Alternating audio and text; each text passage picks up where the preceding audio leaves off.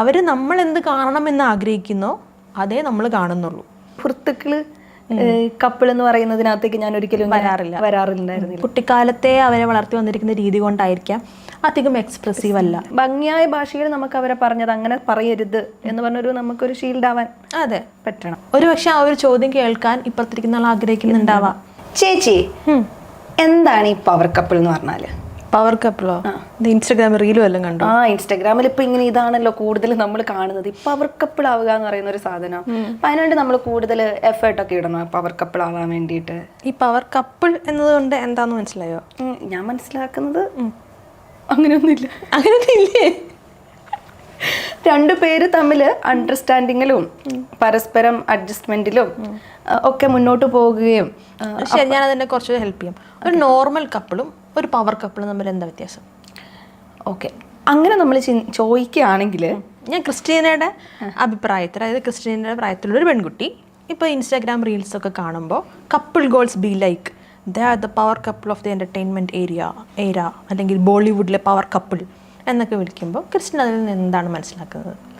Power couple എന്ന് പറഞ്ഞിട്ടുണ്ടെങ്കിൽ up and downs ഉള്ളപ്പോഴും പരസ്പരവും എന്താ പറയുക, ഏതൊരു കാര്യത്തെ അച്ചീവ് ചെയ്യാനും നമ്മൾ മെൻ്റലിയും ഫിസിക്കലിയും ഒക്കെ സപ്പോർട്ട് ചെയ്ത്, അതായത് ഒരു ഐഡിയൽ കപ്പിൾ എന്നാണ് അതിനെ ആൾക്കാർ വായിക്കുന്നത് അല്ലേ? അതെ അതെ. ഇപ്പം ബോളിവുഡിൽ പറയുവാണെങ്കിൽ നമ്മുടെ വിക്കി കൗശാലും കട്രീന കൈഫും, അല്ലെങ്കിൽ ദീപിക പദുക്കോണും രൺവീർ സിംഗും, ഇവരൊക്കെ പവർ കപ്പിളാണെന്നാണ് പറയുന്നത്.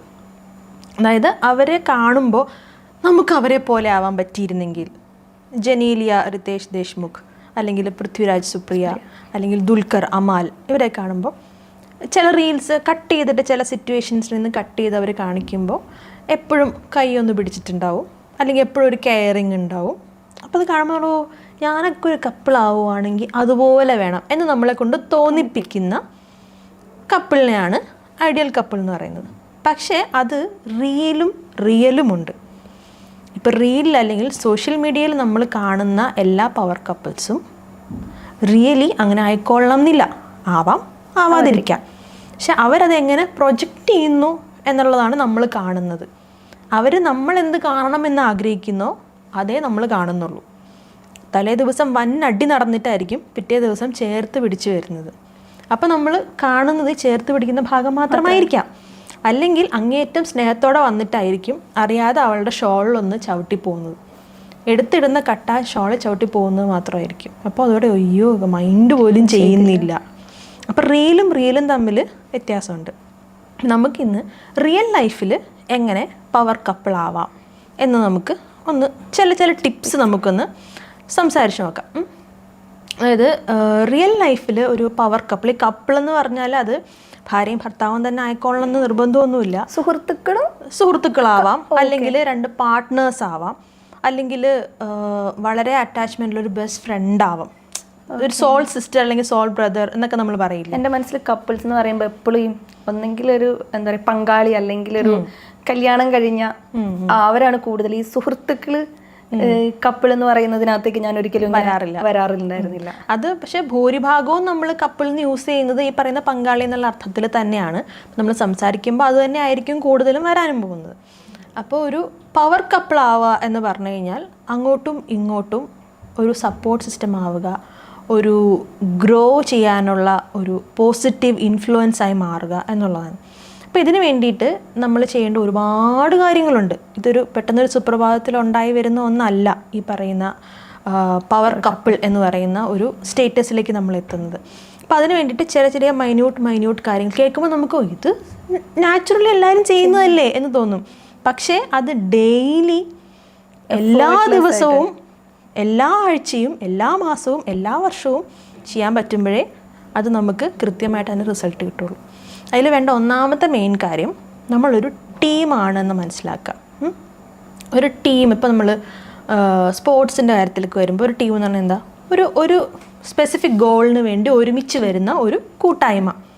അപ്പോൾ ഇവിടെ എന്താണ്, ലൈഫിൽ രണ്ട് പേര് ഒരുമിച്ച് ഒരു ജീവിതം തുടങ്ങുകയാണ്. അതിപ്പോൾ കല്യാണം കഴിച്ചിട്ടായിക്കോട്ടെ, ആവാതായിക്കോട്ടെ, രണ്ട് ബെസ്റ്റ് ഫ്രണ്ട്സ് ആയിക്കോട്ടെ, അവരൊരുമിച്ച് ലൈഫിലേക്ക് കടക്കുകയാണ്. അപ്പോൾ അങ്ങനെ വരുമ്പോൾ പുറത്തുനിന്നുള്ള ആൾക്കാർ നമ്മളെ കാണുന്നത് ഒരു ടീമായിട്ടായിരിക്കണം. ഇപ്പോൾ വേറൊരാൾ വന്നിട്ട് ഇയാളെ ക്രിട്ടിസൈസ് ചെയ്യാൻ നോക്കിയാൽ അത് അയാളുടെ ഭാഗമല്ലേ, അത് അവളെ പറഞ്ഞതല്ലേ, അവള് മറുപടി കൊടുക്കട്ടെ, അവള് ചെയ്തോട്ടെ, ഞാൻ എന്തരപ്പെടാനാ എന്നല്ല അവിടെ വേണ്ടത്. അവിടെ പറയുന്നത് നമ്മളെയും കൂടി ചേർത്താണ്. കാരണം നമ്മളൊരു എൻറ്റിറ്റിയാണ്. അതായത് ഇപ്പോൾ ഒരു ഭാര്യയും ഭർത്താവുമാണെന്ന് വിചാരിക്കാം. ആ ഭാര്യ കുറേ കാലങ്ങളായിട്ട് ഡ്രൈവിംഗ് ടെസ്റ്റിങ്ങിന് ഫെയിലായിക്കൊണ്ടേയിരിക്കുകയാണെന്ന് വിചാരിക്കാം. അപ്പോൾ ഭർത്താവ് അത് ഒരു കൂട്ടം റിലേറ്റീവ്സിൻ്റെ അല്ലെങ്കിൽ അവരുടെ ഇൻലോസിൻ്റെ മുന്നിൽ, ഫ്രണ്ട്സിൻ്റെ മുന്നിൽ പറയുന്നു, അയ്യോ ഒരു കാര്യവും ഇവളെ കൊണ്ട് 3-ാം തവണയും തോറ്റ് തുന്നപാടി വന്നിട്ടുണ്ട്, ഇതിനെ കൊണ്ടൊന്നും പറ്റൂല എന്ന് പറയുന്നതും, എന്തേടാ ഇത്തവണയും തോറ്റോ നിൻ്റെ ഭാര്യ, ശരിയായില്ല, അടുത്തവണ നമ്മൾ സെറ്റാക്കും, അത്രേ ഉള്ളൂ എന്ന് പറയുന്നതും ആ പെൺകുട്ടിയിൽ ഉണ്ടാക്കുന്ന കോൺഫിഡൻസിൻ്റെ ലെവല് എക്സ്ട്രീംലി ഡിഫറെൻറ്റാണ്. ആദ്യത്തിൽ അവൾക്ക് തോന്നാൻ പോകുന്നത് എനിക്ക് ഒരു സപ്പോർട്ടും എവിടുന്നുമില്ല, ഞാനൊരു ലോക പരാജയമാണല്ലോ എന്നാണ്. ആ കുട്ടി വേറെ എന്തിലെല്ലാം സ്കില്ലായിട്ടുള്ള കുട്ടിയായിരിക്കാം. ഈ ഒരു കാര്യം കൊണ്ട് മാത്രം അവളുടെ ഒരു കോൺഫിഡൻസിനെയും അവളുടെ ഒരു സെൽഫ് എസ്റ്റീമിനെയും ബാധിക്കുന്നൊരു വിഷയമായിട്ടത് മാറും. അപ്പോൾ ഒരിക്കലും മറ്റുള്ളവരുടെ മുന്നിൽ വെച്ച് നമ്മുടെ പങ്കാളിനെ കുറ്റപ്പെടുത്താതിരിക്കുക, അല്ലെങ്കിൽ നമ്മുടെ പങ്കാളിനെ മറ്റാരെങ്കിലും കുറ്റപ്പെടുത്താൻ വരുമ്പോൾ അവർക്ക് വേണ്ടി സംസാരിക്കുക എന്ന് കരുതി അവരെന്തെങ്കിലും പറയുമ്പോൾ പോയി തല്ലുണ്ടാക്കാനല്ല പറയുന്നത്. അല്ല, ഏത് എക്സ്ട്രീം സംസാരിക്കാൻ നമുക്ക് തീരുമാനിക്കാം. അത് ഏറ്റവും ഭംഗിയായ ഭാഷയിൽ നമുക്ക് അവരെ പറഞ്ഞത് അങ്ങനെ പറയരുത് എന്ന് പറഞ്ഞൊരു നമുക്കൊരു ഷീൽഡ് ആവാൻ പറ്റണം. അപ്പോൾ അതിന് വേണ്ടി ചോദിക്കുമ്പോൾ ചിലപ്പോൾ ആൾക്കാർ ചോദിച്ചേക്കാം, നീ ആരാ അവളുടെ അഡ്വക്കേറ്റോ? അഭിമാനത്തോട് പറയാം, ഞാൻ അവളുടെ അഡ്വക്കേറ്റാണ്. അവൾക്ക് അഡ്വക്കേറ്റിനെ വേണ്ട സമയത്ത് ഞാൻ അവളുടെ അഡ്വക്കേറ്റാണ്, എനിക്ക് വേണ്ടപ്പോൾ അവളുടെ അഡ്വക്കേറ്റ്. ഞങ്ങളല്ലാതെ ആരാ ഞങ്ങളെ പരസ്പരം സപ്പോർട്ട് ചെയ്യാൻ പോകുന്നത്? ആ ഒരു ടീം വർക്ക് ആണെന്നുള്ളൊരു സാധനം നമുക്ക് എന്തായാലും വേണം. അടുത്തത് കമ്മ്യൂണിക്കേഷൻ. ഇത് വളരെ വളരെ വളരെ ഇമ്പോർട്ടൻ്റ് ആയ കാര്യമാണ്. ഈ കമ്മ്യൂണിക്കേഷൻ എന്ന് പറയുമ്പം ഈ പെൺകുട്ടികളും ആൺകുട്ടികളും എക്സ്ട്രീംലി ഡിഫറെൻറ്റ് വേൾഡുകളിലാണ്. അതായത് പെൺകുട്ടികൾ ഓരോ ചെറിയ കാര്യവും എക്സ്പ്രസ് ചെയ്യാനും കേൾക്കാനും ആഗ്രഹിക്കുന്ന ആൾക്കാരാണ്. ആൺകുട്ടികൾ പക്ഷേ അവരുടെ എന്താ പറയുക, കുട്ടിക്കാലത്തെ അവരെ വളർത്തി വന്നിരിക്കുന്ന രീതി കൊണ്ടായിരിക്കാം അധികം എക്സ്പ്രസീവ് അല്ല. ആൺകുട്ടി കരയരുത്, നീയൊക്കെ ഒരു ആണല്ലേടാ, ഇങ്ങനെയൊക്കെ ചെയ്യാമോ, ഇങ്ങനെയൊക്കെ പറയാമോ എന്നൊക്കെ കേട്ട് വളർന്നുകൊണ്ടാവാം അവർക്ക് എക്സ്പ്രസ് ചെയ്യുന്നതിൽ പരിധികളുണ്ട്. പക്ഷെ ഒരു പെൺകുട്ടിയുടെ ഇതിലേക്ക് വരുമ്പോൾ അവൾക്ക് എക്സ്പ്രസീവ് ആയേ പറ്റൂ, അവൾക്കത് കേൾക്കണം. അതിപ്പോൾ അവൾക്ക് അറിയാവുന്ന കാര്യമല്ലേ, ഞാൻ പറയേണ്ട കാര്യമുണ്ടോ എന്ന് പറഞ്ഞിട്ട് കാര്യമില്ല. ചില കാര്യങ്ങൾ പറയുക തന്നെ വേണം. ഇപ്പോൾ ഈ കമ്മ്യൂണിക്കേഷൻ ഇപ്പോൾ ഡെയിലി ഫേസ് ടു ഫേസ് ചെയ്യുന്നതിനേക്കാളും ഇത് വളരെ ക്രൂഷ്യലായിരുന്നത് ഡിസ്റ്റൻസ് റിലേഷൻഷിപ്പിൽ വരുമ്പോഴാണ്. അത് നേരിട്ട് കാണുമ്പോൾ നമുക്കൊരാളുടെ എക്സ്പ്രഷൻ മാറുമ്പോഴോ അല്ലെങ്കിൽ അയാളുടെ പെരുമാറ്റത്തിൽ വരുന്ന ചേഞ്ച് കൊണ്ട് നമുക്ക് മനസ്സിലാവും എന്തോ എവിടെയോ ഒരു പ്രശ്നമുണ്ടെന്ന്. പക്ഷെ ഒരു ഡിസ്റ്റൻറ്റ് റിലേഷൻഷിപ്പിലേക്ക് വരുമ്പോൾ നമ്മൾ ആ ഡെയിലി കാണുന്നില്ല, നമ്മൾ കൂടുതലും ചാറ്റ് ചെയ്യുമായിരിക്കാം അല്ലെങ്കിൽ വിർച്വലി ഉള്ള പ്ലാറ്റ്ഫോമുകളായിരിക്കാം. അത് ശരിയാണ്. വാട്സപ്പിൽ സ്മൈലി ഒന്നും നമുക്ക് കറക്റ്റ് ഏതാണ് അപ്പുറം നിൽക്കുന്ന ആളുടെ ഇമോഷൻ കമ്മ്യൂണിക്കേറ്റ് ചെയ്യത്തില്ല. അപ്പം അവരിങ്ങനെ മൂഡ് ഓഫ് ആണെങ്കിലും ഒരു ചിരിക്കുന്ന സ്മൈലി ഇട്ട് ഓക്കെ ആണെന്ന് നമ്മൾ വിചാരിക്കും. അപ്പം കമ്മ്യൂണിക്കേഷൻ ഭയങ്കര അതെ. അപ്പോൾ ഡിസ്റ്റൻറ്റ് റിലേഷൻഷിപ്സ് വരുമ്പം അവരതിലേക്ക് കൂടുതൽ എഫേർട്ട് എടുക്കണം. ഇത് കമ്മ്യൂണിക്കേഷൻ എന്ന് പറയുമ്പം ഈ ഗുഡ് മോർണിംഗും ഗുഡ് നൈറ്റും അല്ല കേട്ടോ കമ്മ്യൂണിക്കേഷൻ. അതായത് ചായ കുടിച്ചോ, കാപ്പി കുടിച്ചോ, ഉണ്ടോ, ഉറങ്ങിയോ, ഞാൻ പുറത്തു പോവാണ്, ഇത് കമ്മ്യൂണിക്കേഷൻ അല്ല, ഇത് അപ്ഡേഷനാണ്. ഓക്കെ. പക്ഷെ ഇത് രണ്ടും ആളുകൾക്ക് അറിയില്ല എന്ന് എനിക്ക് തോന്നണം. ഈ സംസാരിക്കുന്നതിനെ കമ്മ്യൂണിക്കേഷൻ ആയിട്ട് തന്നെ ആളുകൾ ഞാൻ 24/7 ഞാൻ അവൾക്ക് മെസ്സേജ് അയക്കുന്നുണ്ട്, പിന്നെ അവള് പറയുന്നത് ഞാൻ കമ്മ്യൂണിക്കേറ്റ് ചെയ്യുന്നില്ലെന്നാ എന്ന് പറയുമ്പോൾ മനസ്സിലാക്കേണ്ടത് ഈ 24/7 നിങ്ങൾ എന്താണ് ഈ പറയുന്നത്? നിങ്ങളുടെ ലൈഫ് അപ്ഡേറ്റ് ചെയ്യുന്നതല്ല കമ്മ്യൂണിക്കേഷൻ. നിങ്ങളുടെ ഇമോഷൻസ്, നിങ്ങളുടെ ഫീലിങ്സ്, ഇതൊക്കെയാണ് നിങ്ങൾ കമ്മ്യൂണിക്കേറ്റ് ചെയ്യേണ്ടത്. അല്ലെങ്കിൽ നിങ്ങളുടെ സ്വപ്നങ്ങൾ, നിങ്ങളുടെ പാഷൻ, നിങ്ങൾ ഫേസ് ചെയ്തിട്ടുള്ള എന്തെങ്കിലും പ്രശ്നങ്ങളുണ്ടെങ്കിൽ അത്, ഇപ്പോൾ വർക്കിൽ എന്തെങ്കിലും വന്നിട്ടുണ്ടെങ്കിൽ അത്, അല്ലെങ്കിൽ താമസിക്കുന്ന സ്ഥലത്താണെങ്കിൽ അത്, ഇതൊക്കെയാണ് നിങ്ങൾ കമ്മ്യൂണിക്കേറ്റ് ചെയ്യേണ്ടത്. അല്ലാതെ നിങ്ങൾ കുളിച്ചോ പല്ല് തേച്ചോ ഇത് പറയേണ്ടെന്നല്ല, ഓരോരുത്തരുടെ ഇഷ്ടം പറയേണ്ടെന്നല്ല. പക്ഷെ അതൊരിക്കലും ഒരു കമ്മ്യൂണിക്കേഷൻ ലെവലിലേക്ക് പോവില്ല. ഇരുന്ന് സംസാരിക്കുക. അപ്പോൾ സംസാരിക്കുന്നതിനൊപ്പം തന്നെ ഇമ്പോർട്ടൻ്റ് ആണത് കേൾക്കുക എന്നുള്ളത്. ആക്റ്റീവ് ലിസണിങ് എന്ന് പറയും. ഇപ്പോൾ പല കുടുംബത്തിലും നമ്മൾ കാണുന്നതാണ് ഈ പെണ്ണുങ്ങൾ blah blah blah blah blah blah എന്ന് പറയുന്നതാണല്ലോ പറയുന്നത്. ഇപ്പോൾ പെൺകുട്ടി വന്നിട്ട് അന്നത്തെ ദിവസത്തെ വിശേഷം പറയായിരിക്കും, ഇന്നുണ്ടല്ലോ ഓഫീസിലുണ്ടല്ലോ എന്ന് പറഞ്ഞു വരുമ്പോൾ സ്ഥിരം കാണുന്നതാണേ,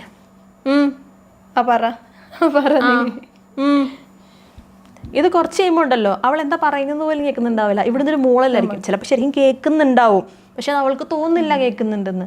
ആക്റ്റീവായിട്ട് കേൾക്കുക. ഇനി നിങ്ങൾക്ക് ആ സമയത്ത് മൊബൈൽ നോക്കണം എന്നുണ്ടെങ്കിൽ നിങ്ങൾ നോക്കിക്കോ, നിങ്ങൾ പറയേ എടാ ഒരു 2 മിനിറ്റ് ഇതൊന്ന് ചെയ്തോട്ടെ, എന്നിട്ട് അതൊക്കെ ഒന്ന് മാറ്റി വെച്ച് ആക്റ്റീവായിട്ട് കേൾക്കുക. എല്ലാവർക്കും ആഗ്രഹമുണ്ട് കേൾക്കപ്പെടാൻ. അത് ചെറിയ കാര്യമായിക്കോട്ടെ വലിയ കാര്യമായിക്കോട്ടെ. അപ്പോൾ കമ്മ്യൂണിക്കേഷൻ വളരെ വളരെ ക്രൂഷ്യലാണ്. അടുത്തത് give space but not too much. അതായത് ഒരു റിലേഷൻഷിപ്പ്, അതായത് ഏത് റിലേഷൻഷിപ്പിലായാലും അതിലിരിക്കുന്ന 2 പേർക്കും അവരുടേതായ സ്പേസ് ഉണ്ടാവണം. അതങ്ങനെ തന്നെ വേണം. പക്ഷേ അത് ടൂ മച്ചായ എന്തു പറ്റും? ബന്ധം അകന്നകന്ന് സ്പേസ് അങ്ങ് കൂടി അവരങ്ങ് ഡിസ്റ്റൻ്റ് ആയിപ്പോവും. അതിൽ റീസൺസ് ഒരുപാട് കാണാം. ഫോർ എക്സാമ്പിൾ, ഇപ്പം നമ്മളൊരു കപ്പിളാണെന്ന് വിചാരിക്കുക. ഞാൻ ക്രിസ്റ്റീനോട് പറയുകയാണെങ്കിൽ, ക്രിസ്റ്റീന, ഒരു പ്രശ്നം വരുമ്പോൾ, ഇമോഷണൽ പ്രശ്നമൊക്കെ വരുമ്പോൾ ഞാൻ അതിന് ഡീൽ ചെയ്യുന്നത് ഒറ്റയ്ക്ക് ഇരുന്നിട്ടാണ്. I സെക്ലൂഡ് myself. ഞാൻ എല്ലാവരുടെ അടുത്തു നിന്നും മാറിയിരുന്ന് ഞാൻ അതിനെക്കുറിച്ച് ആലോചിച്ച് ഞാൻ എൻ്റെ സമയമെടുത്ത് ഒരു സൊല്യൂഷൻ കണ്ടുപിടിച്ച് ഞാനായിട്ട് അങ്ങോട്ട് വരാം. എന്നോട് ഇടയ്ക്കിടയ്ക്ക് വന്ന് എന്താ പറ്റിയെന്ന് ചോദിക്കേണ്ട. ഓക്കെ, അപ്പോൾ ക്രിസ്റ്റീന ഓക്കെ, കമ്മ്യൂണിക്കേഷൻ ക്ലിയറാണ്. പക്ഷേ ഒരു ദിവസം കഴിഞ്ഞു, 2 ദിവസം കഴിഞ്ഞു, 4-5 ദിവസം കഴിഞ്ഞു, ഒരാഴ്ച കഴിഞ്ഞിട്ടും വലിയ മാറ്റമൊന്നുമില്ല. അപ്പോൾ ഇവഞ്ച്വലി എനിക്കെന്ത് ഫീൽ ചെയ്യാൻ തുടങ്ങും? കേൾക്കുന്നില്ല. ഇത്രയും ദിവസമായിട്ടും ഞാനിങ്ങനെ ഡൗൺ ആയിരുന്നിട്ടും അവൾക്കൊരു പ്രശ്നവും ഇല്ല. അപ്പോൾ ഇത്രയും ഞാൻ അവൾക്കുള്ളൂ എന്ന് തോന്നും. കാരണം എന്താ, ഞാൻ ഓൾറെഡി ഒരു പ്രശ്നത്തിലാണ്. ആ പ്രശ്നത്തിലിരിക്കുമ്പോൾ എനിക്ക് ലോജിക്കലി തിങ്ക് ചെയ്യാൻ പറ്റില്ല, ഞാൻ ഇമോഷണലി തിങ്ക് ചെയ്യുള്ളൂ. അപ്പോൾ എനിക്ക് തോന്നുന്നത് എൻ്റെ കൂട്ടുകാരി എന്നെ കേൾക്കുന്നില്ല എന്നാണ്. അതേസമയത്ത് ക്രിസ്റ്റീന എന്താ വിചാരിക്കുന്നത്? സോൾവ് ചെയ്തിട്ട് വരും എന്നാണ് പറഞ്ഞത്, എന്നോട് ചോദിക്കണ്ടെന്നും പറഞ്ഞു. അപ്പോൾ എനിക്ക് ചോദിക്കാനും വയ്യ. പക്ഷേ ഈ പോയിന്റിനകത്തെ അങ്ങനെ പറഞ്ഞ ആളുകളോട് നമ്മൾ എന്താ പ്രശ്നം എന്ന് ചോദിക്കാൻ നമുക്കൊരു ബുദ്ധിമുട്ട്. അതാണ് ക്രിസ്റ്റീനയുടെ പെർസ്പെക്റ്റീവ് നോക്കുമ്പോൾ എന്നോട് അങ്ങോട്ട് ചോദിക്കണ്ടെന്ന് പറഞ്ഞിട്ടുണ്ട്. അപ്പോൾ ഞാനിനി എന്ത് ചോദിക്കും? ചോദിക്കാനില്ല. പക്ഷെ ഇത്രയും ദിവസമായിട്ട് സോൾവ് ആവുന്നില്ലല്ലോ. അപ്പോൾ ഇനി എന്ത് ചെയ്യും? ഞാൻ ചോദിക്കാവോ? ഞാൻ എന്ത് ചെയ്യും? ഈ ഒരു കൺഫ്യൂഷൻ. എൻ്റെ സൗഹൃദങ്ങളിലും ആളുകൾ എന്നോട് ഈ നമ്മൾ അവർ മൂഡ് ഓഫ് ആണെന്ന് അറിയുമ്പോൾ നമുക്ക് മനസ്സിലാവും, ഓക്കെ അവർ മൂഡ് ഓഫ് ആണ്. അപ്പം നമ്മളിങ്ങനെ ഒരു തവണ ചെന്ന് ചോദിക്കും ഓക്കെ ആണോ, അപ്പം അത്ര ഓക്കെ അല്ല. അപ്പം ഞാൻ എന്താ ചെയ്യാന്ന് വെച്ചിട്ടുണ്ടെങ്കിൽ പിന്നെ അവർക്ക് അങ്ങ് സ്പേസ് കൊടുക്കും. ഓക്കെ, നീ ഓക്കെ ആയിട്ട് തിരിച്ചു വാ, ഞാൻ നിന്നെ കേൾക്കാം, അങ്ങനെ പറയും. പിന്നെ ഞാൻ അതിൻ്റെ പുറകെ ഇവർ പ്രശ്നത്തിലാണ്, ഇവരിതിനെ സൊല്യൂഷൻ കണ്ടെത്തിക്കൊണ്ടിരിക്കുകയാണ് എന്നറിയാം. അത് കഴിഞ്ഞ് ചിലപ്പോൾ ഞാൻ പോയിട്ടൊന്ന് ഇടയ്ക്ക് എന്തെങ്കിലും ഭയങ്കര ഡൗൺ ആവുന്ന ആളെ കണ്ടു കഴിഞ്ഞാൽ പോയി ഹഗ് ചെയ്യും. എന്നതിനപ്പുറത്തേക്ക് നീ എന്നോട് പറ എന്ന് പറഞ്ഞ് ഞാൻ ഇരിക്കാമല്ലോ. ഇപ്പം ചേച്ചി ഇത് പറയുമ്പോൾ ഞാനിങ്ങനെ ചിന്തിക്കുകയാണ്, ഓക്കെ ആൾക്കാർ ചിലപ്പോൾ എൻ്റെ അടുത്ത് നിന്നും ഓക്കെ നീ അവളെന്നോടൊന്ന് ചോദിച്ചിരുന്നെങ്കിൽ, അല്ലെങ്കിൽ അവളൊരു ചായ കുടിക്കാൻ വിളിച്ചിരുന്നെങ്കിൽ എന്ന് ആഗ്രഹിക്കുമെന്ന് ഇപ്പം ഈ പോയിന്റിലാണ് ഞാനത് റിയലൈസ് ചെയ്യുന്നത്. ശരിക്കും അപ്പം അങ്ങനെയൊക്കെ വരുമ്പോൾ ഒന്നുകൂടി ഒന്ന് ചോദിക്കുക, അതായത് വിളിച്ചിരുത്തുക, എന്നിട്ട് പറയാം, അതെ ഒരാഴ്ചയായി ഞാൻ സമയം തരുന്നു, പക്ഷെ നീ ഇതുവരെ സോൾവ് ചെയ്തിട്ടില്ല, ഇത് അവസാനം നമ്മളെ തന്നെ എഫക്റ്റ് ചെയ്യുന്നുണ്ട്, എനിക്ക് എന്താ ചെയ്തു തരാൻ പറ്റുക? Tell me what can I do എന്ന് ചോദിക്കുക. ഒരുപക്ഷെ ആ ഒരു ചോദ്യം കേൾക്കാൻ ഇപ്പുറത്തിരിക്കുന്ന ആൾ ആഗ്രഹിക്കുന്നുണ്ടാവാം. ഇപ്പം ഈ പറയുന്ന ഇഷ്യൂ ഒരുപക്ഷെ അയാളും അയാളുടെ ബെസ്റ്റ് ഫ്രണ്ടും തമ്മിൽ മിണ്ടാതിരിക്കുന്നതാവാം. നമുക്കറിയാം അവർ തമ്മിൽ എന്തോ വഴക്കുണ്ടായിട്ടുണ്ട്, പക്ഷെ അവർ പറഞ്ഞിട്ടുണ്ട് ഞങ്ങൾ സോൾവ് ചെയ്തോളാം. ഒരാഴ്ചയായിട്ടും സോൾവ് ആവുന്നില്ല. എന്നാൽ ഈ ബെസ്റ്റ് ഫ്രണ്ട് ഇല്ലാത്തതുകൊണ്ട് ഇവളുടെ പല ഡിസിഷൻ മേക്കിങ്ങും പ്രശ്നത്തിലാവുന്നുണ്ട്. പലപ്പോഴും ഇവൾ ഫോൺ എടുത്തിട്ട് അവളെ ഒന്ന് വിളിക്കാനും പറ്റുന്നില്ലല്ലോ എന്ന് വിചാരിച്ച് ഫോൺ വയ്ക്കുന്നുണ്ടാവും. ഇത് മറ്റേ ആൾ കാണുന്നുമുണ്ട്. ചെന്ന് ചോദിക്കുക, ഇതുവരെ പ്രശ്നം തീർന്നില്ലേ, ഞാൻ മീഡിയേറ്റ് ചെയ്യണോ, ഇതിങ്ങനെ എത്ര കാലം മുന്നോട്ട് കൊണ്ടുപോകും, അത് വേണ്ടണം, അത് സോൾവ് ചെയ്യുക എന്ന് സംസാരിക്കുക. ഇത് സ്പേസ് കൊടുക്കുക, പക്ഷെ അകന്നു പോവാൻ മാത്രമുള്ളൊരു സ്പേസിലേക്ക് അത് അവരുടെ പ്രശ്നം നമ്മളെ ബാധിക്കാത്ത രീതിയിൽ നമ്മളത് ഹാൻഡിൽ ചെയ്യണം. അതെ, നമ്മുടെ റിലേഷൻഷിപ്പിലേക്കും അത് കടന്നു വരാതിരിക്കാൻ. അങ്ങനെ എപ്പോൾ കടന്നു വരുന്നു അത് നമ്മുടെ രണ്ടുപേരുടെയും പ്രശ്നമായി മാറുകയാണ് അവിടെ. അത് നോർമലി റിലേഷൻഷിപ്പുകളിൽ നമ്മൾ കാണുന്നല്ലേ, വേറെ പ്രശ്നത്തിന്റെ ഫ്രസ്ട്രേഷൻ ഇപ്പുറത്ത് കൊണ്ടുവന്നിട്ട് നമ്മൾ ബന്ധങ്ങളിൽ തീർക്കും. അതുണ്ട്. അത് എന്ന് പറഞ്ഞു കഴിഞ്ഞാൽ ഒരു വെന്റ് ഔട്ട് എന്നതിനപ്പുറം അവിടുന്ന് നെഗറ്റിവിറ്റി ഡ്രാഗ് ചെയ്ത് ഇവിടെ കൊണ്ട് ഇടുന്നൊരു സാധനം, അതൊരിക്കലും ചെയ്യാൻ പാടില്ല. അതിനാണ് നമ്മൾ കമ്മ്യൂണിക്കേഷൻ, നമ്മൾ ആദ്യം പറഞ്ഞൊരു പോയിന്റ് ഉണ്ടല്ലോ, അതിൽ വരുന്നത് ഇങ്ങനെ ഒരു ഇഷ്യൂ എന്താണെന്ന് പറയണം എന്നില്ല, അത് ഓരോരുത്തരുടെ പേഴ്സണൽ ചോയ്സാണ്. ഇങ്ങനൊരു പ്രശ്നം ഉണ്ടായിട്ടുണ്ട്, ഞാൻ കുറച്ച് അപ്സെറ്റാണ് എന്ന് ഈ പറയുന്ന ആൾ മനസ്സിലാക്കണം. ഓക്കെ, എനിക്ക് അവിടെ ഒരു പ്രശ്നം ഉള്ളത് കൊണ്ട് ഞാനതൊന്നും ഇവിടെ തീർക്കാൻ പാടില്ല, ഇയാളല്ല എന്നോടത് ചെയ്തത് എന്നുള്ളത്. അതേസമയത്ത് ഇയാൾ മനസ്സിലാക്കണം അത് അത്രയും ഇമ്പോർട്ടൻ്റ് ആയ വ്യക്തിയായിട്ടുള്ള പ്രശ്നമാണ്, അതുകൊണ്ട് അവൾ കുറച്ച് ഡിസ്റ്റർബ്ഡ് ആയിരിക്കും, അതുകൊണ്ട് അവളിൽ നിന്ന് ഭയങ്കര ഒരു ബാലൻസ്ഡ് ആയിട്ടുള്ളൊരു പ്രവൃത്തി പ്രതീക്ഷിക്കരുത്, കുറച്ച് ഇമോഷണലായിരിക്കും എന്നുള്ള കാര്യം മനസ്സിലാക്കുക. അപ്പോൾ വീണ്ടും നമ്മൾ കമ്മ്യൂണിക്കേഷൻ പോയിന്റിലേക്കാണ് വീണ്ടും വന്നത്. Be loyal. അതായത് ഒരു റിലേഷൻഷിപ്പിലാവണം നിങ്ങൾ ആഗ്രഹിച്ചിട്ടുണ്ടെങ്കിൽ അതിനോട് നിങ്ങൾ ലോയൽറ്റി കാണിക്കുക, അത് നിങ്ങളുടെ പ്രയോറിറ്റി ആക്കുക. നിങ്ങളുടെ എല്ലാത്തിലും വലിയ പ്രയോറിറ്റി എന്നല്ല, നിങ്ങളുടെ ലൈഫിലൊരു 3-4 പ്രയോറിറ്റീസ് എടുത്താൽ അതിലൊന്നും നിങ്ങളുടെ റിലേഷൻഷിപ്പ് ആയിരിക്കണം. അതല്ല എങ്കിൽ നിങ്ങൾ ഇങ്ങനെ ഒരു റിലേഷൻഷിപ്പിലേക്ക് കാലെടുത്ത് വയ്ക്കാൻ പോകരുത്, അല്ലെങ്കിൽ ഒരു സൂപ്പർ കപ്പിൾ ആവാനുള്ളൊരു ഉദ്യമത്തിലേക്ക് പോകരുത്. അങ്ങനെ ഒരു ആഗ്രഹം നിങ്ങളുടെ മനസ്സിലുണ്ടെങ്കിൽ നിങ്ങൾ ഇതിൽ കംപ്ലീറ്റ്ലി ലോയലായിരിക്കണം. അപ്പോൾ ഒരു ലോയൽ പാർട്ട്ണർ ആണെങ്കിൽ ആ പാർട്ട്ണറിൻ്റെ അടുത്ത് നമുക്ക് ഒരിക്കലും ഇൻസെക്യൂരിറ്റി ഫീൽ ചെയ്യില്ല, അല്ലേ? കസ്റ്റഡിക്ക് മുമ്പ് ഇൻസെക്യൂരിറ്റി ഫീൽ ചെയ്തിട്ടുണ്ടോ ഏതെങ്കിലും ഇപ്പോൾ ഫ്രണ്ട്ഷിപ്പോ റിലേഷൻഷിപ്പോ? ഇല്ല, നമ്മുടെ എല്ലാ സാധനങ്ങളും നമ്മൾക്ക് ചെന്ന് പറയാനും അല്ലെങ്കിൽ നമ്മളെ ഈ തുറന്നു വെക്കാൻ പറ്റുന്നത് ബന്ധങ്ങളിൽ എനിക്ക് തോന്നുന്നത് ഇതിൽ ഈ എന്താ റിലേഷൻഷിപ്പിൽ തന്നെയാണെന്ന് എനിക്ക് തോന്നുന്നത്. ഇൻസെക്യൂരിറ്റീസ് എന്ന് പറഞ്ഞു കഴിഞ്ഞാൽ അയാൾ ഏത് ലെവൽ വരെ പോകും എന്ന് എനിക്ക് നല്ലപോലെ അറിയാം. ആ ഒരു കോൺഫിഡൻസ് ഉണ്ടല്ലോ, അതിനപ്പുറത്തേക്ക് എന്നെ ഹേർട്ട് ചെയ്യുന്ന തരത്തിൽ അയാൾ ചെയ്യില്ല. അയാൾക്ക് ഞാൻ ഇമ്പോർട്ടൻ്റ് ആണ്. ഇപ്പം അതൊരു എപ്പോഴും പറഞ്ഞിട്ടുണ്ട്, 2 ബെസ്റ്റ് ഫ്രണ്ടിൻ്റെ ഇടയ്ക്ക് മൂന്നാമതൊരു ഫ്രണ്ട്, അതായത് ഇപ്പം നമ്മൾ ബെസ്റ്റ് ഫ്രണ്ട്സ് ആണെന്ന് വിചാരിക്കുക. ഇപ്പോൾ ക്രിസ്റ്റീനയ്ക്ക് പുതിയൊരു ഫ്രണ്ടിനെ കിട്ടിക്കഴിയുമ്പോൾ ഞാനിങ്ങനെ വരിടാവാൻ തുടങ്ങും. ഇനി അവളായിരിക്കും ഇവളുടെ ബെസ്റ്റ് ഫ്രണ്ട്, ഞാനല്ലേ? ഇനി അവളുടെ കൂടെയാണോ പുറത്ത് പോകാൻ പോകുന്നത്? നമ്മൾ ഒരുമിച്ച് ചെയ്ത കാര്യമൊക്കെ ഇനി അവളുടെ ഒപ്പം ഒരുമിച്ച് ചെയ്യും. പുറത്ത് കറങ്ങാൻ പോകുക, നമ്മൾ പോയ പ്ലേസിലൊക്കെ പോവുക, നമ്മൾ കണ്ട സിനിമ ഇരുന്ന് കാണുക, നമ്മൾ കഴിച്ച ഫുഡ് പോയി കഴിക്കുക. അതേ സ്ഥലം നമ്മുടെ സ്പേസ് ഒക്കെ അവർക്ക് കൊടുക്കുക. ഇനിയിപ്പോൾ നമ്മൾ 2 പേര് പോയടത്തൊക്കെ നമ്മൾ 3 പേരും കൊണ്ട് പോകേണ്ടി വരും. ഉണ്ട്. അതായത് അതേ സമയത്ത് എനിക്ക് തോന്നുന്നതാണ്, ക്രിസ്റ്റീനയ്ക്ക് പുതിയ ഫ്രണ്ടിനെ കിട്ടി, ഓക്കെ, എനിക്കും വേറെ ഫ്രണ്ട്സൊക്കെ ഉണ്ടല്ലോ.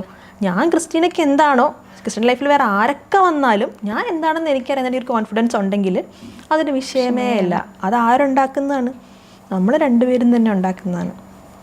ഏത് ലെവൽ വരെ പോകും, നമ്മുടെ സ്ഥാനം എന്താണ് അയാളുടെ ലൈഫിൽ എന്നുള്ളത് കൃത്യമായിട്ട് അയാളെ മനസ്സിലാക്കി കൊടുക്കണം. അപ്രീഷിയേറ്റ് ചെയ്യുക, ഓക്കെ, എസ്പെഷ്യലി പെൺകുട്ടികളെ. കാരണം കുഞ്ഞിലേ മുതലേ തന്നെ അങ്ങനെ വേണ്ട, ഇത് ചെയ്യരുത്, നിന്നെ കൊണ്ടത് പറ്റൂല, അത് നടക്കൂല എന്ന് കേട്ട് വളർന്നു വന്നതാണ് പെൺകുട്ടികൾ. ആൺകുട്ടികൾക്കും ഉണ്ടില്ല എന്ന് പറയുന്നില്ല. അതുപോലെ തന്നെ എന്ത് ചെറിയ അച്ചീവ്മെൻ്റ് ആണെങ്കിലും അവരെ അപ്രീഷിയേറ്റ് ചെയ്യുക. അത് ഭയങ്കര സൈലൻ്റായിട്ട് സീക്രട്ടായിട്ട് കൺഗ്രാറ്റുലേഷൻസ് എന്ന് പറയണമെന്നല്ല പറയുന്നത്. 4 പേരുടെ മുന്നിൽ അഭിമാനത്തോടു കൂടി ഒരാളെക്കുറിച്ച് പറയാന്നുള്ളതിനപ്പുറം എന്ത് അംഗീകാരം കിട്ടാനുള്ളത്? അപ്പോൾ എൻ്റെ ഫ്രണ്ട് എൻ്റെ അടുത്ത് നിന്നിട്ട് പറയാണ്, എനിക്ക് പ്രൊമോഷൻ കിട്ടി ഓഫീസിൽ, ഞാൻ മാനേജർ ലെവലിലേക്കായി എന്ന് പറയുമ്പോൾ അവളുടെ ഏറ്റവും വലിയ ചിയർ ലീഡർ ഞാനായിരിക്കണം. എനിക്കത് ഭയങ്കര അഭിമാനത്തോടെ ബാക്കിയുള്ളവരും പറയാൻ പറ്റുന്നത്, എൻ്റെ ഫ്രണ്ടിന് പ്രൊമോഷൻ കിട്ടിയെന്ന്. ഞാനത് പറയുമ്പോൾ എൻ്റെ മുഖം എത്ര സന്തോഷത്തിൽ വിടരുന്നോ അതിന് 100 ഇരട്ടി സന്തോഷം അവൾക്ക് കിട്ടുന്നുണ്ടാവും. പക്ഷെ അത് പലർക്കും ഇപ്പോൾ മിസ്സാവുന്നുണ്ട്. നമ്മുടെ കുഞ്ഞു കുഞ്ഞു വിജയങ്ങളൊന്നും ആഘോഷിക്കപ്പെടുന്നില്ല. അത് ആൺകുട്ടിക്കും പെൺകുട്ടിക്കും ഒരേപോലെ തോന്നുന്ന കാര്യമാണ്. ജെൻഡർ ബേസിൽ പറഞ്ഞല്ല കേട്ടോ, എല്ലാവർക്കും തോന്നുന്നുണ്ട്. ഇപ്പം പ്രായഭേദമന്യേ ഇപ്പം നമ്മുടെ അമ്മമാരാണെങ്കിലും ചിലപ്പോൾ അവർ പുതിയൊരു ഡിഷ് കുക്ക് ചെയ്യാൻ പഠിച്ചതായിരിക്കും. ഇതെങ്ങനെയുണ്ട് എന്ന് ചോദിക്കുമ്പോൾ ഇതിലിപ്പോൾ എന്താ പറയാനുള്ള, എല്ലാവരും ഉണ്ടാക്കുന്നതല്ലേ. ചിലപ്പോൾ അമ്മ ലൈഫിൽ ആദ്യമായിട്ട് ഉണ്ടാക്കിയതായിരിക്കും ആ സാധനം. ആ എഫേർട്ടൊന്ന് അപ്രീഷിയേറ്റ് ചെയ്യുക. കൊള്ളാലോ, വെച്ച് യൂട്യൂബൊക്കെ നോക്കി ഉണ്ടാക്കാനൊക്കെ പഠിച്ചല്ലേ എന്ന് ചോദിക്കുമ്പോൾ അവർക്ക് തോന്നുന്നൊരു സന്തോഷം. ഞാൻ എന്തോ ചെയ്തു എന്നുള്ളിലൊരു ഞാൻ ചെയ്തതിനപ്പുറം ഞാൻ ചെയ്യുന്നത് ഇവർ കാണുന്നുണ്ട്, അംഗീകരിക്കുന്നുണ്ട്. അപ്പൊ ഇവർക്കൊക്കെ ശ്രദ്ധിക്കുന്നുണ്ടല്ലേ. ശ്രദ്ധിച്ചു നോക്കി അറിയാം. നമ്മുടെ അമ്മമാരൊക്കെ ചിലപ്പോൾ പുതിയൊരു കളർ സാരിയൊക്കെ കൊടുത്തു വരുമ്പോൾ ഈ ഒരു കളർ കണ്ടിട്ടില്ലല്ലോ എന്ന് ചോദിക്കുമ്പോൾ എൻ്റെ സാരിയൊക്കെ നീ കാണാറുണ്ടോ? കാരണം ഡെയിലി പുതിയതാണോ എന്നൊക്കെ ചോദിക്കുമ്പോൾ എൻ്റെ കയ്യിൽ ഇത് ഞാൻ അവിടെ പോയപ്പോൾ വാങ്ങിയതാന്നൊക്കെ പറഞ്ഞാൽ അവരതിൻ്റെ ഒരു എക്സ്ട്രീം ഹാപ്പിനെസ്സിൽ അവരുടെ വിശേഷങ്ങൾ നമ്മളോട് പറയും. അതവർക്ക് ആ അംഗീകാരം കിട്ടുമ്പോൾ. അതെ, അപ്പോൾ കുഞ്ഞു കുഞ്ഞു കാര്യങ്ങളൊക്കെ അപ്രീഷിയേറ്റ് ചെയ്യുക. ഇതൊക്കെ ഇത്ര പറയാനുണ്ടോ, ഇതൊക്കെ ഇത്ര വലിയ കാര്യമാണെന്ന് വിചാരിക്കേണ്ട. നമുക്ക് അങ്ങനെ തോന്നുന്നതൊക്കെ മറ്റു പലർക്കും വളരെ വിലപ്പെട്ട കാര്യങ്ങളായിരിക്കാം. ഗിഫ്റ്റുകൾ കൊടുത്ത് നമുക്ക് അവരെ അഭിനന്ദിക്കാമല്ലോ. ഇപ്പം എല്ലാം പോട്ടെ, നമ്മുടെ എല്ലാവരുടെയും ലൈഫിലുണ്ടാവും എല്ലാ മാസവും ജിമ്മിൽ പോവാമെന്ന് പറഞ്ഞിട്ട് പോവാതിരിക്കുന്ന ഒരു ഫ്രണ്ട്.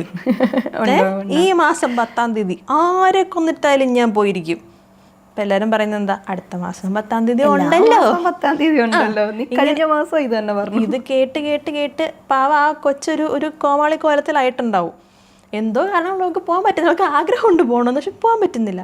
ഇനി അവളെങ്ങാനും ഒരു ദിവസം പോയി എന്ന് വിചാരിക്കുക, നമ്മളെന്താ പറയാൻ പോകുന്നത്, ഇത് എത്ര കാലം പോകുമെന്നൊന്ന് കാണട്ടെ, നീ ഡയറ്റ് എടുക്കുമോ, നമുക്ക് എന്ത് കാര്യമായിരിക്കണോ. അതേ സമയത്ത് അവളൊന്ന് അപ്രീഷിയേറ്റ് ചെയ്തുകൂടെ, കൊള്ളാലോ ഇന്ന് പോയല്ലോ, അടിപൊളി, നാളെ പോണോട്ടാ എന്ന് പറയുന്നതും ഇനി എത്ര ദിവസം പോകുമെന്ന് കാണാം, ഡയറ്റ് തുടങ്ങുന്നില്ലേ, ഇനി എന്നാ അത് എന്ന് ചോദിക്കുമ്പോഴേക്കും ടീസിങ് ആണ്. പക്ഷേ അതിൻ്റെ ആവശ്യമുണ്ടോ? നമുക്കതൊരു അപ്രീഷിയേറ്റിംഗ് ലെവലിലേക്ക് എടുത്തുകൂടി അതിനെ എന്നുള്ള ചോദ്യം. അപ്പോൾ പാർട്ട്നേഴ്സിൻ്റെ ഇടയിലേക്ക് വരുമ്പോൾ അങ്ങോട്ടും ഇങ്ങോട്ടും അപ്രീഷിയേറ്റ് ചെയ്യുക എന്ന് പറഞ്ഞാൽ നീ കിടുവാണ്, നീ അതാണ് ഇതാണ് നമ്മൾ തള്ളി അങ്ങ് മറിക്കാന്നല്ല പറയുന്നത്. ആവശ്യമില്ലാത്ത മോട്ടിവേഷൻ കൊടുക്കാതിരിക്കുക, പക്ഷെ അവരുടെ കഴിവുകളെ നമ്മൾ കൃത്യമായി റിയലിസ്റ്റിക് ആയിട്ടുള്ള മോട്ടിവേഷൻ കൊടുക്കുക, റിയലിസ്റ്റിക് ആയിട്ടുള്ള അപ്രീസിയേഷൻസ് കൊടുക്കുക. അത് വളരെ ഇമ്പോർട്ടൻ്റ് ആണ്. പ്രശ്നങ്ങൾ വരുമ്പോൾ എങ്ങനെ സോൾവ് ചെയ്യും? ഒരുപാട് കപ്പിൾസിനും പറ്റുന്ന ഒരു തെറ്റാണ്, പ്രശ്നം വന്നു കഴിഞ്ഞാൽ നീ അന്ന് അങ്ങനെ ചെയ്തിട്ടാണ് പ്രശ്നമായത്, കുറ്റപ്പെടുത്തുക, ബ്ലെയിമിങ്. അങ്ങോട്ടും ഇങ്ങോട്ടും ബ്ലെയിം ചെയ്യുകയല്ല വേണ്ടത്. ആ സിറ്റുവേഷനെ നമുക്ക് എങ്ങനെ ഒരു സൊല്യൂഷൻ കണ്ടെത്താം എന്നാണ് നോക്കേണ്ടത്. അതായത് നീ ഇന്നലെ പറഞ്ഞത് ശരിയായില്ല എന്ന് പറയുന്നതിനപ്പുറം, എടാ ഇന്നലെ ആ സിറ്റുവേഷൻ നമുക്ക് കുറച്ചും കൂടെ നന്നായിട്ട് ഹാൻഡിൽ ചെയ്യാമായിരുന്നു, എന്താ നമുക്ക് പറ്റിയത്, നമുക്കത് അടുത്ത തവണ റിപ്പീറ്റ് ചെയ്യാതിരിക്കാൻ എങ്ങനെ നോക്കാം എന്നൊരു തരത്തിൽ സംസാരിക്കുക. അല്ലാതെ നീ ഇനി മേലാ അങ്ങനെ പറയരുത് എന്ന് പറയുന്നതിനപ്പുറം, ഇന്നലെ നിനക്ക് എന്താ പറ്റി, നീ എന്താ ഇന്നലെ അത്രയും ട്രിഗറായേ എന്ന് ചോദിക്കുന്നതിലും ഒരുപാട് വ്യത്യാസമുണ്ട്. അതായത് ഒരു കാര്യം നമ്മൾ ചോദിക്കുന്നത് കാര്യം മനസ്സിലാക്കി സോൾവ് ചെയ്യാനായിരിക്കണം, അല്ലാതെ കുറ്റപ്പെടുത്തലും എന്ന് മാത്രമല്ല ആ ഒരു സംഭവം ഇനി ഉണ്ടാവരുത് എന്ന്, അതിന് വേണ്ട, എനിക്ക് കേൾക്കണ്ട, അതിന് ഉണ്ടാവണ്ട, അത് പറഞ്ഞിട്ട് കാര്യമില്ല. അങ്ങനെ അല്ല ചെയ്യേണ്ടത്.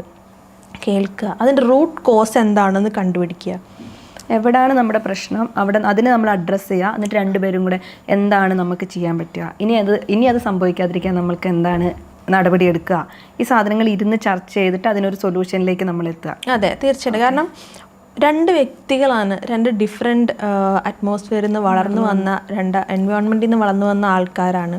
ഒരിക്കലും അവരുടെ കാഴ്ചപ്പാടുകൾ എല്ലായ്പ്പോഴും ഒരേപോലെ പോയിക്കൊള്ളണമെന്നില്ല. ഒരു കുടുംബത്തിൽ തന്നെയുള്ളവരുടെ അങ്ങനെ പോകില്ല, എന്ത് ട്വിൻസിൻ്റെ പോലും പോകില്ല, പിന്നെയല്ലേ.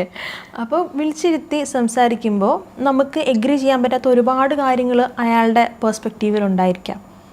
പക്ഷെ നമുക്കിഷ്ടമല്ല, നമുക്ക് അക്സെപ്റ്റ് ചെയ്യാൻ പറ്റുന്നില്ല എന്ന് പറഞ്ഞിട്ട് കാര്യമില്ല. നമുക്ക് എഗ്രി ചെയ്യേണ്ടായിരിക്കും, പക്ഷെ അയാൾ അങ്ങനെയാണ് എന്ന് നമ്മൾ അക്സെപ്റ്റ് ചെയ്യുക. അയാൾ പറയുന്ന എല്ലാം ശരിവെക്കണം എന്നല്ല പറയുന്നത്. ഓക്കെ, ഡിസ്എഗ്രിമെൻറ്റ്സ് ആർ ഓക്കെ, പക്ഷെ അതൊരിക്കലും ബ്ലെയിമിങ്ങിലേക്ക് പോകരുത്. അതെപ്പോഴും മൈൻഡിൽ വെക്കണം. Be there confident. കോൺഫിഡൻറ്റ് എന്ന് പറഞ്ഞാൽ എന്താണെന്നറിയോ? നമ്മൾ ഈ സീക്രട്ട് കീപ്പർ, നമ്മുടെ രഹസ്യങ്ങളുടെ സൂക്ഷിപ്പുകാരൻ, സൂക്ഷിപ്പുകാരി എന്നൊക്കെ പറയില്ലേ, അത് നമുക്ക് എന്തും ചെന്ന് പറയാം, നമ്മളെ ജഡ്ജ് ചെയ്യില്ല, നമുക്ക് എന്തും പറയാം എന്നുള്ളൊരു അങ്ങനത്തെ ഒരാളായിട്ട് മാറുക. പക്ഷെ അതിൽ ഏറ്റവും ക്രൂഷ്യലായിട്ടുള്ള കാര്യം, അങ്ങനെ വിശ്വസിച്ച് പറയുന്ന ഒരു കാര്യവും ഒരു കാരണവശാലും വേറെ എവിടെയും പോയി കോട്ട് ചെയ്യരുത്, വേറെ ആരോടും പോയി പറയരുത്. ഇപ്പോൾ ഒരു എക്സാമ്പിൾ പറയാം. എൻ്റെ ഒരു സുഹൃത്ത് എൻ്റെ അടുത്ത് വന്നിട്ട് പറയുവാണ്, എടാ ഞാൻ തെറാപ്പി സ്റ്റാർട്ട് ചെയ്തു കേട്ടോ, ലാസ്റ്റ് വീക്ക് മുതൽ ഞാനൊരു തെറാപ്പിസ്റ്റിനെ പോയി കണ്ടു തുടങ്ങി. അതെന്നോട് വളരെ പ്രൈവറ്റായിട്ട് വന്ന് പറഞ്ഞ കാര്യമാണ്. നാളെ ഒരു സിറ്റുവേഷനിൽ ഞാൻ എൻ്റെ വേറൊരു ഫ്രണ്ടിനോട് ഒരുപക്ഷെ ഞാൻ വളരെ എന്താ പറയുക പോസിറ്റീവായിട്ടായിരിക്കാം പറഞ്ഞിട്ടുണ്ടാവുക, നീ ഇങ്ങനെ വിഷമിക്കരുത്, നീ ഒരു തെറാപ്പിക്കൊക്കെ പോ, ദേ ഇവളെ കണ്ടില്ലേ അവൾ തെറാപ്പിക്ക് പോകുന്നുണ്ട്, അതവിടെ പറയേണ്ട കാര്യം എനിക്കില്ല, ഞാൻ പറയാൻ പാടില്ല. അതായത് എന്നെ അത്രയും വിശ്വസിച്ച് പറഞ്ഞൊരു കാര്യമാണ്. അതായത് ഈ വിശ്വാസം എന്ന് പറയുന്നത് നമ്മൾ പറയുന്ന പോലെ ഒരു ചില്ല് ഗ്ലാസ് പോലെയാണ്. ഒരിക്കലൊരു ബ്രേക്ക് വന്നു കഴിഞ്ഞാൽ നമ്മൾ എത്ര സൂപ്പർ ഗ്ലൂ കൊണ്ട് ഒട്ടിച്ചാലും അതിൽ വെള്ളം എടുത്താൽ ഇറ്റിറ്റ് താഴേക്ക് വീഴും. നഷ്ടപ്പെട്ടാൽ പിന്നെ ഒരിക്കലും തിരിച്ച് നമുക്ക് കിട്ടില്ല. കാരണം ഒരു തവണ നമ്മുടെ വിശ്വാസം ബ്രേക്കായി പോയാൽ അത് തിരിച്ചു കിട്ടാൻ വളരെ ബുദ്ധിമുട്ടാണ്. പിന്നെ എത്രയോ വർഷങ്ങളെടുക്കും. അവിടെ ആ ഒരു വ്യക്തിയോടുള്ള വിശ്വാസം മാത്രമല്ല പോകുന്നത്, ഏതൊരാളോടും പറയാനുള്ളൊരു വിശ്വാസമാണ് പോകുന്നത്. ഒരു ഞാൻ പറയുന്ന കാര്യങ്ങൾ ആളത്രയും കീപ്പ് ചെയ്യില്ല, സീക്രട്ടായി കീപ്പ് ചെയ്യില്ല. ഞാൻ അത്രയും വിശ്വസിച്ച് പറഞ്ഞ കാര്യം പോലും പറഞ്ഞു. അപ്പം ഞാൻ ഇതിനു മുമ്പ് ആരോടെങ്കിലും പറഞ്ഞിട്ടുണ്ടെങ്കിൽ അവരും ഇതുപോലെ പറഞ്ഞിട്ടുണ്ടാവില്ലേ, ഞാൻ ഇനി ആരോടെങ്കിലും പറഞ്ഞു ഇനി അവരും പറയില്ലേ, മൊത്തത്തിൽ നമുക്ക് ആരെയും വിശ്വസിക്കാൻ പറ്റാതെ നമ്മുടെ ചുറ്റുമുള്ള എല്ലാ ആളുകളോടും ഉള്ള വിശ്വാസം പോകുന്ന ഒരു അവസ്ഥയാണല്ലേ അത്. വളരെ ട്രസ്റ്റ് ഇഷ്യൂ വളരെ ഉണ്ടാക്കുന്ന ഒരു കാര്യമാണത്. ഒരു കാരണവശാലും ഇവിടെ നമ്മളോട് പറഞ്ഞൊരു ഇൻഫർമേഷൻ പുറത്തുപോയി പറയരുത്. അതിപ്പോൾ ആ ബന്ധം നിലനിൽക്കുന്നുണ്ടെങ്കിലും ഇല്ലെങ്കിലും നമ്മളത് ശ്രദ്ധിക്കണം. അതൊരു എത്തിക്സിൻ്റെ ഭാഗം കൂടിയാണല്ലോ. ഇപ്പം നമ്മൾ ആ റിലേഷൻഷിപ്പിൽ we are not there any more എന്ന് വന്നാൽ പോലും നമ്മുടെ നല്ല കാലഘട്ടത്തിൽ അയാൾ നമ്മളോട് വിശ്വസിച്ച് പറഞ്ഞിട്ടുള്ള കാര്യങ്ങൾ ഒരിക്കലും അയാൾക്കെതിരെ ഉപയോഗിക്കാതിരിക്കുക. ഇപ്പോൾ ഈ യോദ്ധാക്കളുടെ കാര്യത്തിൽ പറഞ്ഞു കേട്ടിട്ടില്ല, അത് ഏറ്റവും വൾണറബിൾ ആയിട്ടുള്ള പോയിൻ്റ് നമ്മൾ ആരോടെങ്കിലും ഷെയർ ചെയ്താൽ ഒരുപക്ഷെ അയാളായിരിക്കാം ആ വെപ്പൺ കൊണ്ട് നമ്മളെ അവിടെ അറ്റാക്ക് ചെയ്യുന്നതെന്ന്. നമ്മൾ ഒരിക്കലും അങ്ങനെ അറ്റാക്ക് ചെയ്യാതിരിക്കുക. നമ്മുടെ അടുത്ത് വൾണറബിൾ ആയിട്ടുള്ള കാര്യം പറയുന്നത് നമ്മളതിനെ ഒരു ഷീൽഡ് ചെയ്യുമെന്ന് പ്രതീക്ഷിച്ചിട്ടായിരിക്കാം. ഷീൽഡ് ചെയ്തില്ലെങ്കിൽ ഇറ്റ്സ് ഓക്കെ, അതിനങ്ങനെ തന്നെ വിട്ടോ. പക്ഷെ അതിൽ കുത്തുന്ന വെപ്പണായിട്ട് നിങ്ങളൊരിക്കലും അത് ഭയങ്കര ചീപ്പാണ്. അതൊരിക്കലും ഒരു ഹ്യൂമൻ ബീയിങ്ങിനോടോ അല്ലെങ്കിൽ അനിമൽസിനോടോ ആയാലും ചെയ്യാൻ പാടില്ലാത്തൊരു കാര്യം. Such an inhuman act. അതെന്താ വെച്ചിട്ടുണ്ടെങ്കിൽ നമ്മൾ ഈ ഡിവോഴ്സൊക്കെ കല്യാണമൊക്കെ കഴിഞ്ഞിട്ട് ഡിവോഴ്സ് ആവുന്ന സമയത്ത് ആളുകൾ പരസ്പരം അങ്ങോട്ടും ഇങ്ങോട്ടും ബ്ലെയിം ചെയ്യുന്ന ഒരു സാധനം നമ്മൾ സോഷ്യൽ മീഡിയയിൽ കുറേ കാണുമല്ലോ. അപ്പോൾ ചിലർ അതിനൊന്നും മറുപടി പറയാതിരിക്കും. ഓക്കെ, അവരെന്ത് വേണമെങ്കിലും പറഞ്ഞോട്ടെ, പക്ഷെ എൻ്റെ ഭാഗത്തുനിന്ന് അത്തരം ഒരു നീക്കമുണ്ട്. അപ്പം ചില സമയം ഞാനും ചിന്തിച്ചിട്ടുണ്ട്, അവരെന്തായിരിക്കും ഇത്രയും അവർക്കെതിരെ പറഞ്ഞിട്ട് മിണ്ടാതിരിക്കുന്നത്, അവർക്ക് എങ്ങനെയാണ് അത് സഹിക്കാൻ പറ്റുന്നത് എന്നിങ്ങനെ ചിന്തിച്ചിട്ടുണ്ട്. പക്ഷെ ഈ ഒരു ആംഗിൾ നമ്മൾ ചിന്തിക്കുമ്പോൾ നമ്മുടെ ക്രെഡിബിലിറ്റി നമ്മൾ എപ്പോഴും കീപ്പ് ചെയ്യാന്ന് പറയുന്ന ഒരു സാധനം അതിനകത്ത് ഭയങ്കര, അതിൽ ഒരുപാട് വേർഷൻസ് വരാം, ഒരുപാട് കാരണങ്ങൾ ഉണ്ടായിരിക്കാം അവർ പറയാതിരിക്കുന്നതിൽ. പക്ഷേ one of the reasons is yes, ഇത് തന്നെയാണ്. അതായത് ഇനി ഒരു വിഴുപ്പലക്കാൻ എനിക്ക് താല്പര്യമില്ല, അല്ലെങ്കിൽ അയാൾ ഏത് ലെവലിൽ താന്നോട്ടെ ആ ലെവലിലേക്ക് ഞാൻ താഴുന്നില്ല. എന്നെ വിശ്വസിച്ച് പറഞ്ഞ കാര്യം എൻ്റെ ഉള്ളിലിരുന്നോട്ടെ, ഞാനെന്ന വ്യക്തി ഇങ്ങനെയാണ്, എന്നോട് പറഞ്ഞ കാര്യം എനിക്ക് പുറത്തു പറയാൻ താല്പര്യമില്ല, അങ്ങനെ വിചാരിക്കുന്നവരുണ്ട്. അപ്പോൾ ഒരു റിലേഷൻഷിപ്പിലേക്ക് വരുമ്പോൾ ഒരിക്കലും ആ ഒരു കോൺഫിഡൻസ് ബ്രേക്ക് ചെയ്യാതിരിക്കുക. അടുത്ത പോയിൻ്റാണ് ഹെൽത്തി പവർ ഡൈനാമിക്സ്. എന്താണ് പവർ ഡൈനാമിക്സ് എന്ന് അറിയാമോ? ഓക്കെ, നമ്മൾ ഈ റിലേഷൻഷിപ്പിൽ പവർ ഷെയർ ചെയ്യാൻ ജിമ്മിൽ പോയി വർക്കൗട്ട് ചെയ്ത് പവർ ഡൈനാമിക്സ് എന്ന് പറഞ്ഞാൽ ഒരു റിലേഷൻഷിപ്പിൽ പവറിൻ്റെ ഇൻഫ്ലുവൻസ്, അതായത് ഡിസിഷൻ മേക്കിംഗ് ഒക്കെ വരുമ്പോൾ ഒരാളെപ്പോഴും ഡോമിനൻ്റ് ആയിരിക്കാം, ഒരാളെപ്പോഴും സബ്മിസീവ് ആയിരിക്കാം, അങ്ങനെ ആയിക്കൊള്ളുന്നില്ല. അപ്പോൾ അത് ഒരു ഹെൽത്തി ആയിട്ട് കീപ്പ് ചെയ്ത് കൊണ്ടുപോകാം. അതായത് കുറച്ചുകൂടി ക്ലിയർ ആയിട്ട് പറഞ്ഞാൽ, it's okay to be a dominant person, it's okay to be a submissive person. പക്ഷേ മറ്റേ ആൾക്ക് പറയാനുള്ളതും കൂടി കേൾക്കാനും അതിനെ റെസ്പെക്റ്റ് ചെയ്യാനും കഴിയണം. ഇപ്പോൾ പല വീടുകളിലും നോക്കുകയാണെങ്കിൽ ഒരു പക്ഷേ അച്ഛനായിരിക്കാം അവിടുത്തെ മെയിൻ ആൾ, അല്ലെങ്കിൽ അമ്മയായിരിക്കാം.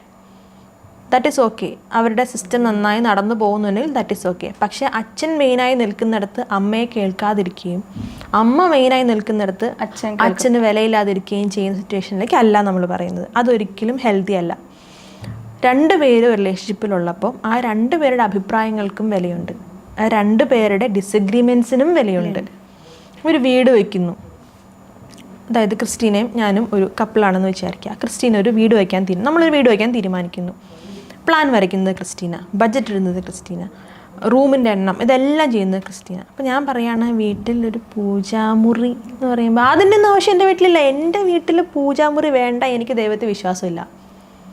അത് ഇറ്റ്സ് അൺഹെൽത്തി. അതേ സമയത്ത് ഓക്കെ, എനിക്ക് പൂജാമുറി വേണ്ട, എനിക്കതിൽ വിശ്വാസമില്ല, പക്ഷേ എൻ്റെ പാർട്ട്ണർക്ക് അതിൽ വിശ്വാസമുണ്ട്, ലെറ്റ് ഹർ ഹാവ് ഇറ്റ്. അതുപോലെ അമ്പലത്തിൽ പോകുന്ന കാര്യം പറയുമ്പോൾ എത്രയോ ഭർത്താക്കന്മാരുണ്ട്, ഭാര്യ യൂത്ത് കാലഘട്ടത്തിലൊക്കെ നിരീശ്വരവാദി, അങ്ങേയറ്റം നിരീശ്വരവാദിയായിട്ട്, എടാ നിൻ്റെ കല്യാണം ഗുരുവായൂർ അമ്പലത്തിൽ വെച്ചോ എന്തടേ എന്ന് ചോദിക്കും. എന്തുകൊണ്ട്? അവൻ്റെ പെൺകുട്ടിക്ക് ഇഷ്ടപ്പെട്ടത്, അവളുടെ ഒരു ആഗ്രഹമായിരിക്കാം ഗുരുവായൂർ വെച്ച് കല്യാണം കഴിക്കണമെന്ന്. അവളുടെ സന്തോഷത്തിന് വേണ്ടി അവൻ നിന്നു കൊടുക്കുന്നു. അതൊരിക്കലും സബ്മിഷൻ അല്ല, അത് മനസ്സിലാക്കിയിട്ട് അണ്ടർസ്റ്റാൻഡിങ് ആണ്, സപ്പോർട്ടിങ് ആണ്. അവളുടെ ഒരു ആഗ്രഹത്തിന് എനിക്കെന്താ ഇപ്പോൾ ഉപകാരം, ഞാൻ എന്തായാലും പ്രാർത്ഥിക്കാനൊന്നും പോണില്ല, എനിക്ക് പ്രത്യേകിച്ച് ഇഷ്ടങ്ങളും ഇല്ല, ഇത് എവിടെ വെച്ച് നടന്നാലും എനിക്ക് ഓക്കെ ഒരുപോലെയാണ്. അവൾക്കതൊരു സന്തോഷമാവുകയാണെങ്കിൽ ആയിക്കോട്ടെ, എനിക്ക് പ്രത്യേകിച്ച് നഷ്ടം വരാനുള്ള എന്താ? ഞാൻ അമ്പലത്തിനകത്ത് കയറില്ല എന്നവളോട് പറഞ്ഞിട്ടുണ്ട്, അവൾ ഓക്കെയും പറഞ്ഞിട്ടുണ്ട്, ഓക്കെ ഫൈൻ. ഇതിലിപ്പോൾ കളിയാക്കാൻ എന്താ ഉള്ളത്? പറയുന്നവർക്ക് പലതും പറയാമോ, അങ്ങ് കല്യാണം കഴിക്കാൻ തീരുമാനിച്ചോളെ പെൺകോന്തനായി എന്നൊക്കെ പറയും. പറയുന്നവർ പലതും പറഞ്ഞോട്ടെ. നമ്മൾ തമ്മിലുള്ള ബോണ്ട് എന്താണെന്ന് നമുക്കറിയാമെങ്കിൽ അതിനെ നർച്ചർ ചെയ്യാൻ പറ്റുന്ന ഇങ്ങനത്തെ കാര്യങ്ങളൊക്കെ നമ്മൾ ചെയ്യുക തന്നെ വേണം. അത് നമ്മുടെ പവർ ഡൈനാമിക്സ് നമ്മൾ ക്ലിയർ ആയിട്ട് ബാലൻസ് ചെയ്ത് കൊണ്ടുപോകണം. ഒരാൾ മാത്രം ഡിസിഷനിൽ എടുത്തുകൊണ്ടിരിക്കുകയും മറ്റേ ആൾ അതെപ്പോഴും അനുസരിച്ചുകൊണ്ടിരിക്കുകയും ആവരുത്. പക്ഷെ നമ്മുടെയൊക്കെ ഫാമിലീസിൽ അതാണ് കൂടുതലെന്ന് എനിക്ക് തോന്നുന്നത്. ഒരാൾ ഡിസിഷൻ എടുക്കും. അതുപോലെ ചേച്ചി ശ്രദ്ധിച്ചിട്ടില്ലേ, സ്ത്രീകൾ കുറച്ച് എന്താ പറയുക, അവിടുത്തെ ഫിനാൻഷ്യൽ കാര്യങ്ങളൊക്കെ ഡീൽ ചെയ്യുന്നതാണെങ്കിൽ അത് പെൺഭരണമുള്ള വീടാണ്, അവിടുന്ന് കല്യാണം നമ്മൾ എടുക്കണം, അവിടുത്തെ കാര്യങ്ങളൊക്കെ അമ്മയാണ് തീരുമാനിക്കുന്നത്. അങ്ങനത്തെ കുറേ ഡയലോഗുകൾ നമ്മുടെ ചുറ്റും ഉണ്ടല്ലോ. ആ വീട്ടിൽ താമസിക്കുന്ന ആൾക്കാർക്ക് അത് ഓക്കെയാണ്, അവരതിൽ ഓക്കെ ആണെങ്കിൽ യാതൊരു പ്രശ്നവുമില്ല. അവിടെ പുരുഷനെന്നോ സ്ത്രീയെന്നോ വ്യത്യാസമില്ല.